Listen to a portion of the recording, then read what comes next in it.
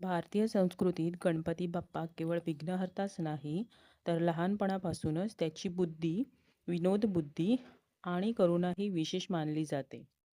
बालगणेशाच्या गोष्टींमध्ये खोडकरपणा असतो, पण त्या खोड्यांमधूनच मोठं शिक्षणही मिळतं.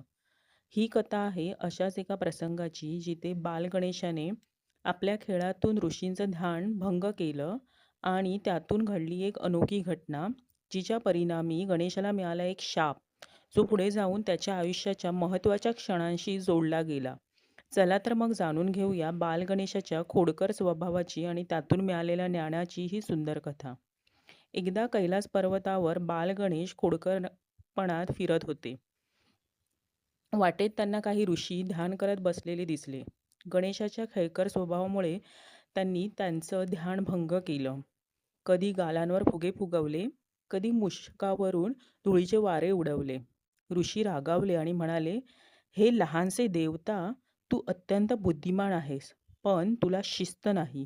आम्ही तुला शाप देतो की तू जगात कुणाच्या मदतीशिवाय काहीही लिहू शकणार नाहीस.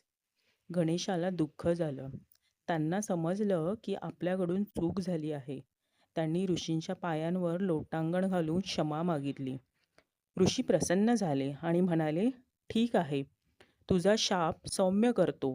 तू जगातील सर्वात महान ग्रंथ लिहिशील, पण कोणीतरी तुला सांगत गेलं पाहिजे. पुढे हीच कथा पुढे वेदव्यास आणि महाभारत लिखाणाची गोष्ट बनली, जिथे गणेशाने स्वतःचा एक दात तोडून लेखन केलं, पण फक्त वेदव्यासांचं प्रत्येक वाक्य समजून घेऊनच. ही दंतकथा आपल्याला शिकवते की अहंकार आणि खोडकरपणापेक्षा नम्रता, ज्ञान आणि क्षमा हेच खरे बल आहेत. गणेश लहान असूनही त्यांची शिकवण मोठी असते. तुम्हाला जर अशाच माझ्याकडून गणेशाच्या नवनवीन कथा ऐकायच्या असतील, तर प्लीज माझ्या चॅनलला सबस्क्राईब करा.